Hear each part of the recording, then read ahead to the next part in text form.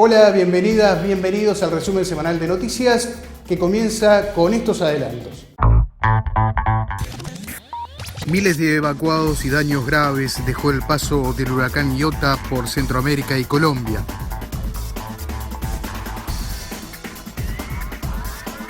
La reactivación del mercado laboral de América Latina y el Caribe tras la pandemia COVID-19 será lenta, advierte un informe de la CEPAL.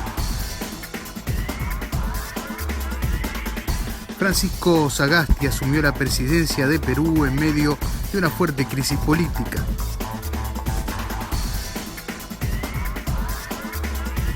Los candidatos de Jair Bolsonaro fueron derrotados en las principales ciudades en las elecciones municipales en Brasil.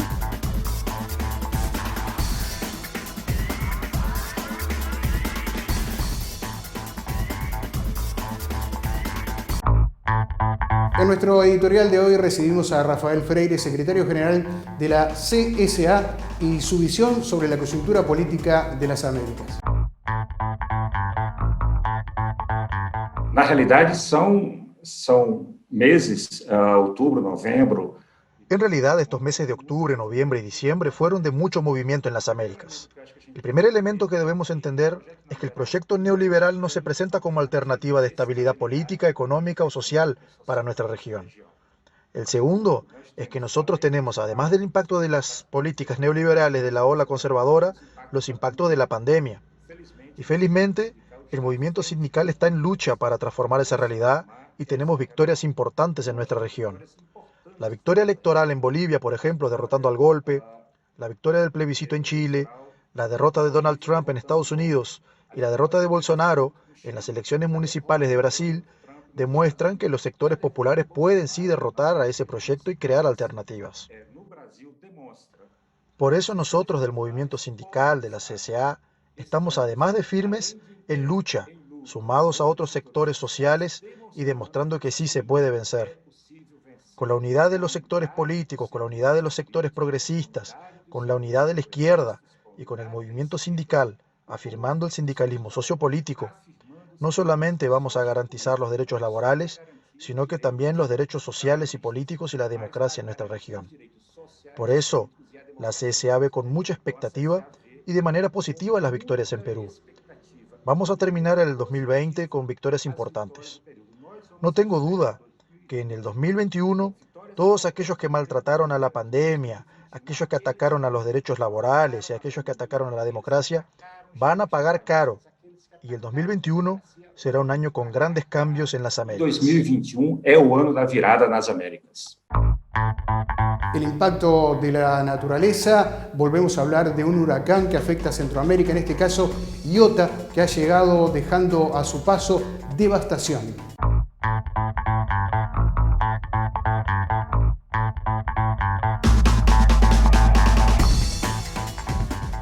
A 2 semanas del paso de ETA por Centroamérica, el huracán Iota, con vientos de 250 km por hora, ha desprendido techos de las viviendas, colapsado el tendido eléctrico e inundado calles en el Caribe norte de Nicaragua, provocando miles de evacuados y un número de víctimas aún no estimado.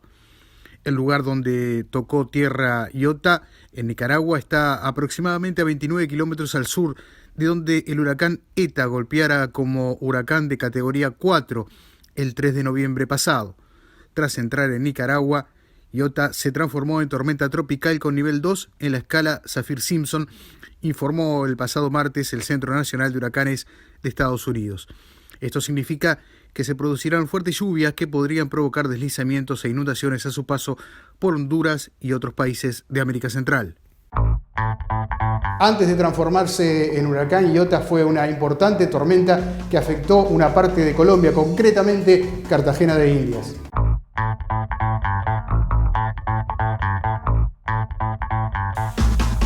La tormenta tropical Iota ya causó estragos en la costa norte de Colombia. Así quedaron las calles de algunos barrios de la caribeña ciudad de Cartagena de Indias a causa de las fuertes lluvias que además provocaron deslizamientos en las partes más altas. Debido a la emergencia, las autoridades tuvieron que decretar la calamidad pública. En las redes sociales, habitantes de todos los rincones de la ciudad compartieron imágenes de los efectos de la tormenta que se fortalece en el Mar Caribe.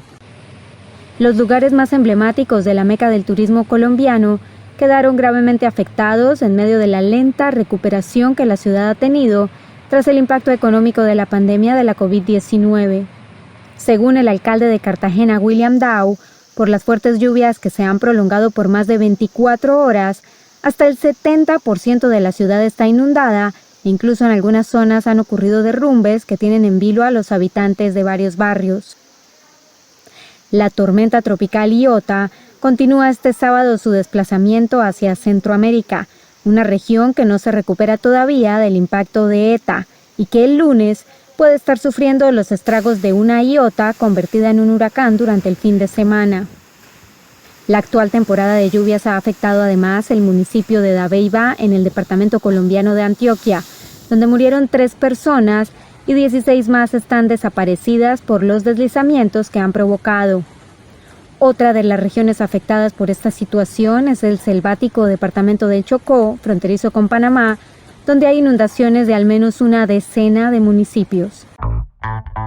Y hace muy pocos días atrás, el huracán ETA dejó a su paso también devastación en América Central. La CSA emitió el siguiente comunicado.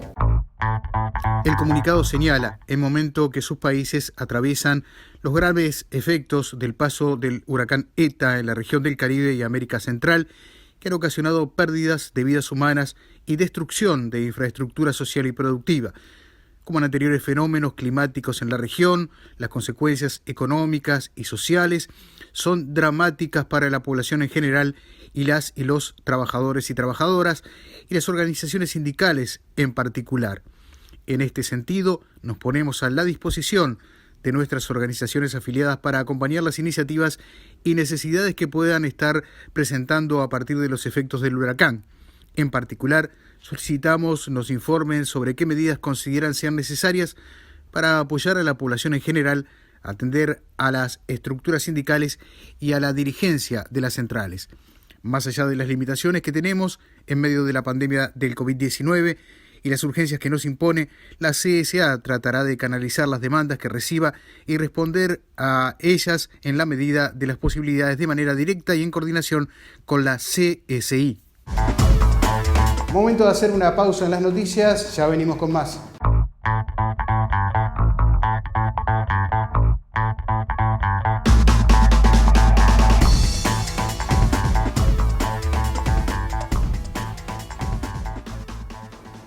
La autorreforma sindical es una necesidad en el mundo entero, pero en el caso de la República Dominicana es una necesidad inmediata de que el movimiento sindical se aboque a desarrollar acciones que traigan como consecuencia programas de organización que incluyan la organización de todos los trabajadores en una afiliación directa a las organizaciones sindicales, como una forma de fortalecer al movimiento sindical del país.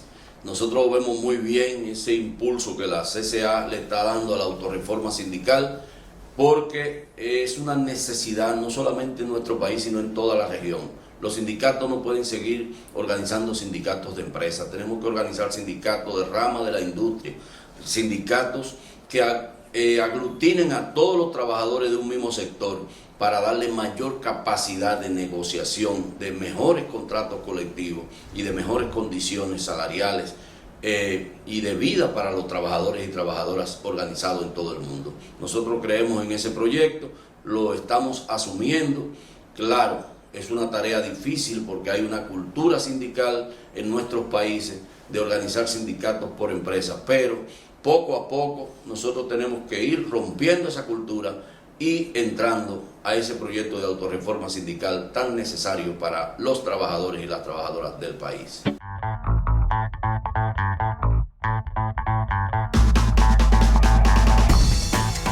Comenzamos en Perú, donde Francisco Sagasti es el nuevo presidente de ese país, sorteando una severa crisis política y social.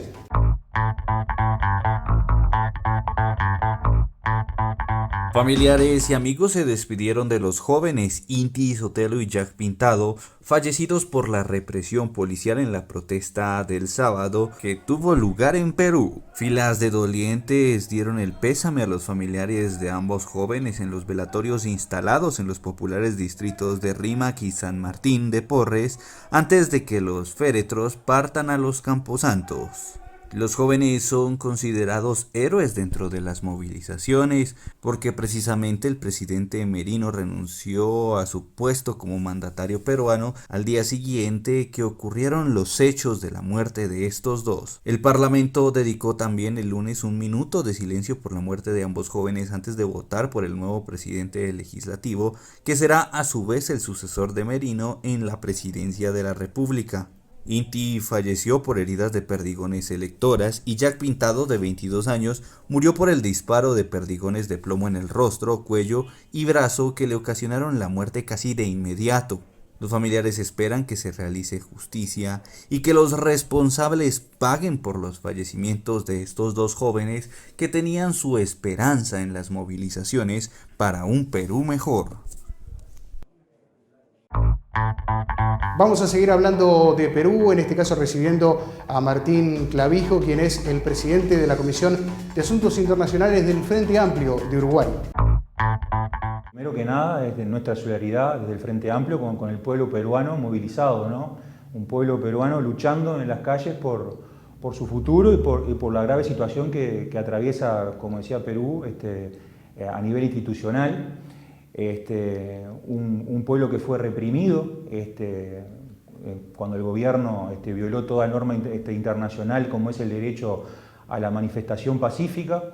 Y bueno, el presidente que está ahora momentáneamente tiene dos desafíos que pienso yo que son los más importantes. Uno, establecer un mínimo acuerdo de diálogo político entre todas las fuerzas, de todos los partidos, para tomar definiciones para enfrentar la pandemia que tan complicado tiene a ese país, a nivel económico, a nivel del sistema sanitario. Y lo otro que nosotros abogamos es para que se respete el calendario electoral prefijado para restablecer el orden democrático en Perú.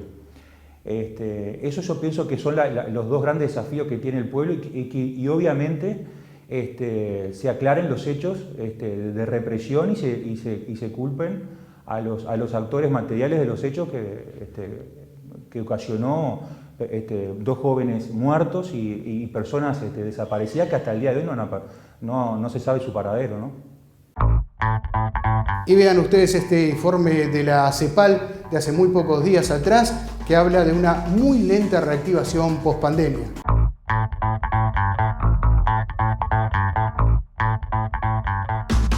Quiero entonces partir presentándoles de qué se trata este informe y sin duda, bueno, contarles en primer lugar que la región obviamente a nivel macroeconómico está enfrentando la peor crisis en 100 años con impactos en lo social, en lo productivo, pero lo más relevante es que estos impactos van a durar.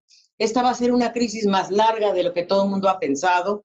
Vamos a tener una caída de 9,1%, una pobreza que estimamos puede llegar hasta 231 millones, y este informe que habla de una pérdida de empleos de 47 millones de personas. Y quizás un tema relevante, sobre todo durante esta pandemia, es que hay 40 millones de hogares que no están conectados a Internet.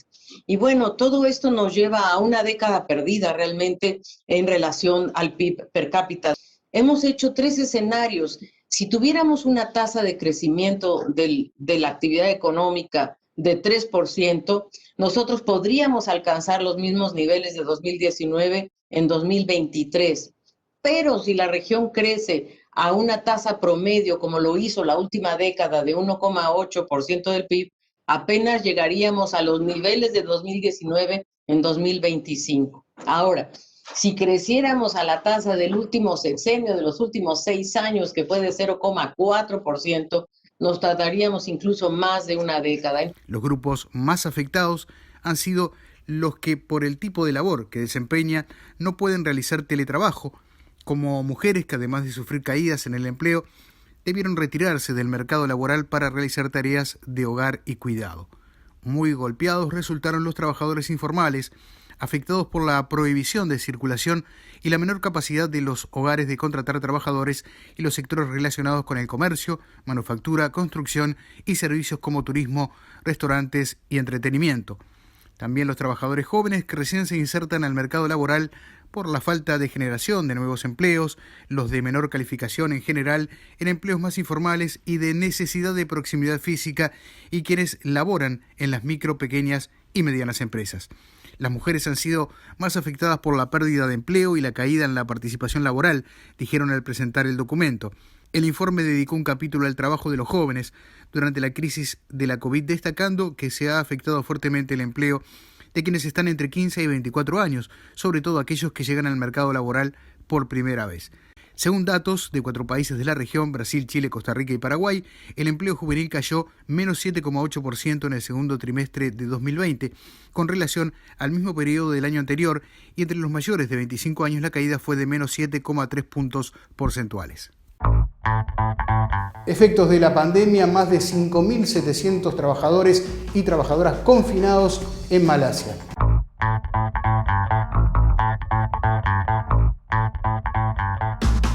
Al menos 5.700 trabajadores inmigrantes de Top Glove, el mayor fabricante mundial de guantes sanitarios, fueron puestos bajo cuarentena este martes en Malasia para controlar un brote de la COVID-19 declarado en sus dormitorios.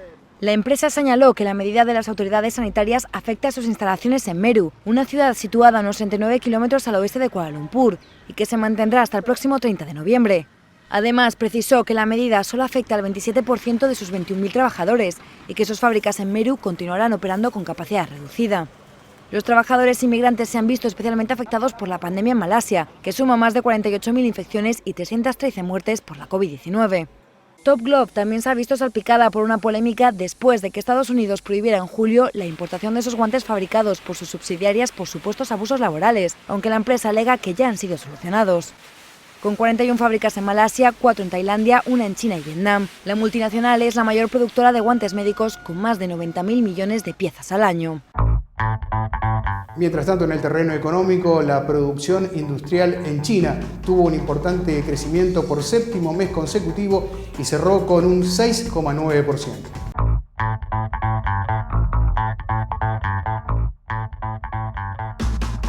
La producción industrial de China creció un 6,9% interanual en octubre, 7º mes consecutivo de crecimiento. La cifra volvió a superar las previsiones de los analistas, que pronosticaban un incremento de en torno al 6,5% para ese mes.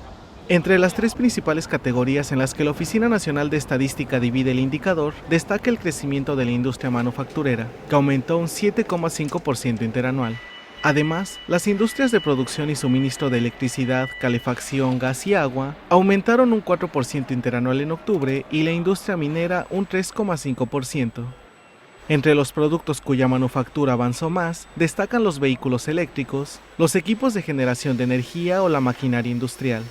Además, la tasa de desempleo urbano, otro de los indicadores divulgados este lunes, se redujo ligeramente hasta el 5,3% según el organismo. La Oficina Nacional de Estadística apuntó que la economía nacional continúa en recuperación, y ese proceso se enfrenta aún a muchos desafíos, como el impacto derivado del efecto de la pandemia en socios comerciales internacionales. Nos vamos al informe sobre las recientes elecciones municipales en Brasil, donde hubo una importante derrota de todos los candidatos que apoyó el presidente Jair Bolsonaro.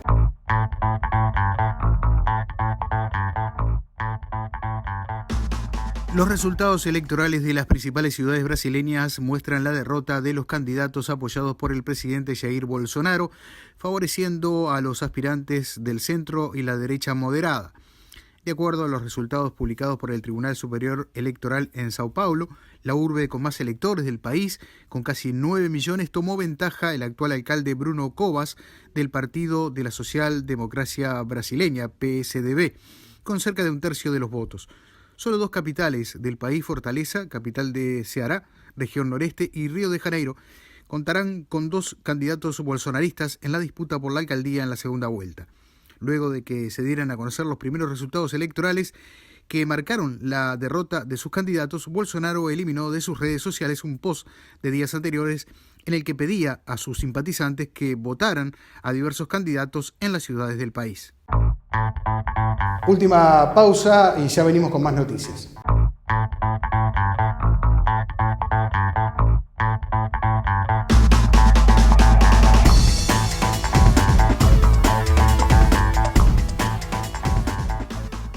Estamos a mais de 7 meses do início da pandemia na região.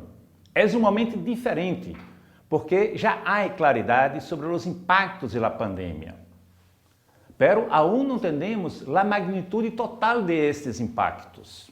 Muitas das propostas e demandas do sindicalismo na região à pandemia não só estão vigentes, sino que são muito mais urgentes neste contexto. Nossa proposta de desenvolvimento, plasmada em La Plada, Plataforma de Desenvolvimento das Américas, sempre isso uma relação direta com a Agenda 2030 e os Objetivos do Desenvolvimento Sustentáveis.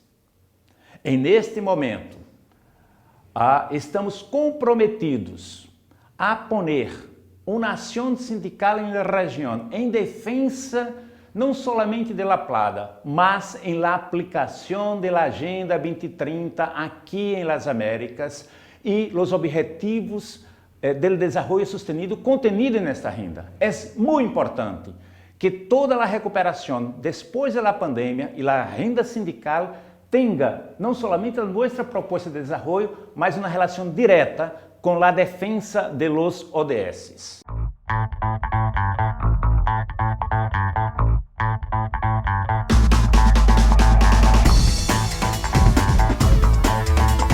Nos vamos a República Dominicana para hablar de la regulación del teletrabajo. Con esta y otras noticias, el siguiente compacto informativo. El ministro de Trabajo de República Dominicana ha emitido una resolución que regula la modalidad especial de teletrabajo. El ministro de Trabajo, Luis Miguel de Camps, precisó en que la disposición ha tomado en cuenta la actual crisis que enfrenta el país provocada por la pandemia del COVID-19.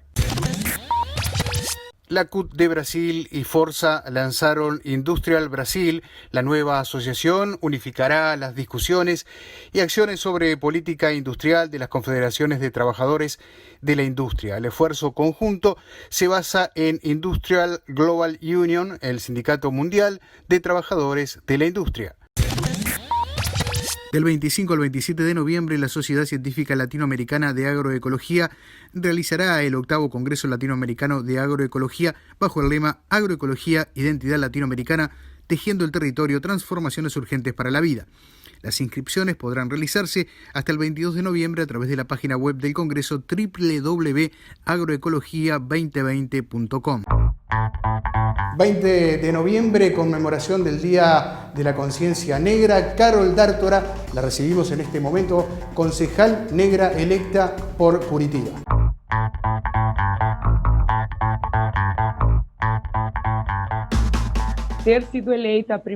Haber sido electa como la primera edil negra justamente en este mes es un regalo para mí, para el movimiento negro, para las mujeres, para todos los progresistas. Es la concretización de un trabajo que viene siendo hecho desde hace mucho tiempo por muchas personas. Y acá en Curitiba, por increíble que parezca, es una de las pocas capitales que no reconoce el día 20 de noviembre como feriado. Y por eso continuamos en esta lucha. Espero que ahora, entrando en la Cámara de Ediles, vaya a reforzar allí la lucha que siempre fue realizada para que esta fecha acá en Curitiba sea reconocida. Necesitamos tener proporcionalidad en la representación. No podemos continuar caminando con 56% de la población brasileña que es negra estando fuera de estas discusiones. Eso se traduce en lo que vemos hoy en esta falta de políticas públicas, en estas políticas que llamamos políticas de muerte y que se traduce en no hacer política. Entonces, esta es la importancia de esta fecha para nosotros. Aumentar la intensidad de la denuncia sobre dónde el racismo nos coloca. Se viene la Jornada Continental por la Democracia contra el Neoliberalismo, 16 y 19 de noviembre. Acción Continental en este informe. En diferentes partes de las Américas, las organizaciones populares realizarán acciones simbólicas para la construcción y defensa de la democracia. Lunes 16 de noviembre, lanzamiento de publicaciones Amigos de la Tierra América Latina, TNI, sobre los ejes transversales de la jornada continental. Martes 17, difusión de actividades en El Salvador y Porto Alegre. Miércoles 18, difusión de actividades en Uruguay y Sao Paulo. Jueves 19 de noviembre, lanzamiento de video conjunto con reflexiones sobre la construcción de la democracia, preparado por Radio Mundo Real, con participación de representantes de Estados Unidos, Bolivia y Chile, y con apoyo de ATALC y CSA. Soy José Sena, desde la sede continental de la CSA, en Montevideo, Uruguay. Gracias por acompañarnos.